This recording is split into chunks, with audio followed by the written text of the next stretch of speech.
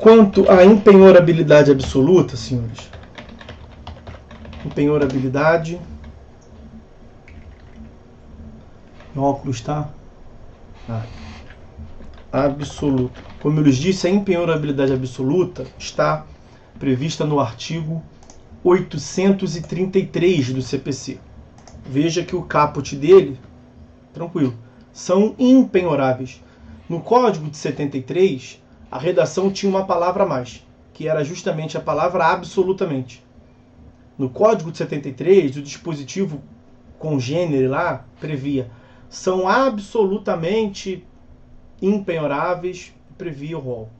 Até por conta disso que se mantém essa categoria da impenhorabilidade absoluta. E a doutrina mesmo prevê que os incisos constantes desse dispositivo assumem essa categoria de natureza absoluta. Portanto, que não podem ser excepcionados fora das hipóteses legais. Aliás, essa é uma consideração importante. A impenhorabilidade, ela já é em si uma exceção à responsabilidade patrimonial.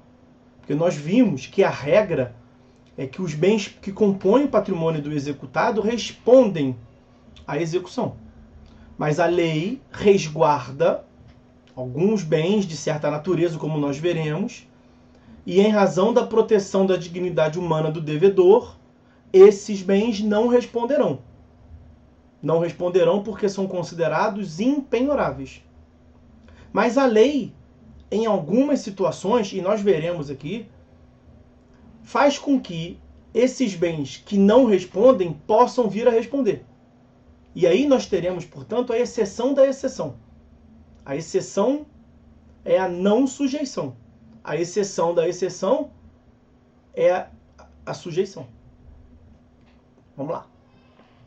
Então, fora dessas hipóteses de sujeição, não poderia, as hipóteses que constam desses incisos de não sujeição, não poderia criar uma hipótese de sujeição. Vamos ver. Inciso 1º. São impenhoráveis, absolutamente impenhoráveis, os bens inalienáveis e os declarados por ato voluntários como não sujeitos à execução. Vamos entender isso aqui. Vejam bem. A penhora, nós não estudamos a penhora ainda, veremos. Mas a penhora é um ato importantíssimo para a execução. A penhora, ela visa destacar um certo bem para que se permita uma posterior expropriação, alienação judicial, vamos assim dizer, para que se possa satisfazer o interesse do credor. O processo de execução vai se desenvolvendo até que ele para e só prossegue se o bem for penhorado. Então, o prosseguimento da execução se dá a partir e no modo como se deu a penhora. Penhora é um ato importantíssimo. Mas se o bem não pode ser futuramente expropriado, se o bem não pode ser alienado, e a penhora se dedica a permitir a alienação, para que você vai penhorar um bem se ele não pode ser posteriormente alienado? Então essa é a razão pela qual esse inciso 1º prevê a impenhorabilidade. Se o bem é inalienável e a penhora se dedica a destacar um bem para permitir a futura alienação, expropriação, não se teria utilidade alguma em se penhorar aquele bem. Então essa primeira impenhorabilidade decorre da inutilidade. Vejam o que prevê o artigo 832, o artigo imediatamente anterior. Não estão sujeitos à execução os bens que a lei considera impenhoráveis, como estamos vendo, ou inalienáveis.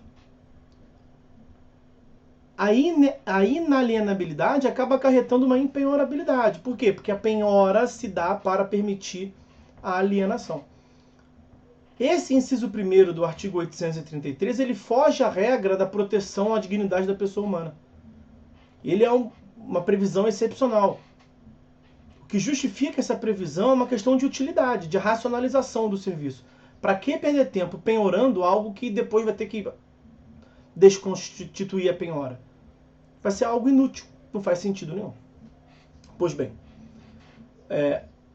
sobre a inalienabilidade. A inalienabilidade pode decorrer da lei, os artigos 100 e 101 do Código Civil, 100, 101 do Código Civil, vão prever a inalienabilidade dos bens públicos, por exemplo, ou a inalienabilidade pode decorrer de um ato voluntário, um ato de vontade, entre vivos ou causa-morte. Nós temos a previsão da cláusula de inalienabilidade, horrível escrever, inalienabilidade. Cláusula de inalienabilidade prevista no artigo 1911, também do Código Civil. Sendo o bem inalienável, seja por lei ou por previsão de ato entre vivos, você não vai penhorar porque você não vai ser permitido depois a alienação. Essa é, inclusive, a justificativa pela qual a fazenda pública não paga em juízo mediante penhora. Há um procedimento executivo especial para os créditos nos quais a fazenda pública é o sujeito passivo, a fazenda pública é devedora. Os senhores verão que a fazenda pública ela paga mediante precatório ou requisição de pequeno valor. A fazenda pública não paga mediante penhora do seu patrimônio. Por quê? Porque os bens públicos são inalienáveis. Então, a previsão de um procedimento executivo especial, diferenciado, e um método diferente de pagamento se dá em um primeiro motivo para tratar de um modo diferenciado a fazenda pública e de um modo benéfico. Evidentemente, esse é o primeiro motivo. E também, como fundamento teórico, porque os bens públicos são inalienáveis. Ok? Então, essas as considerações que se tinha para fazer a respeito desse inciso primeiro.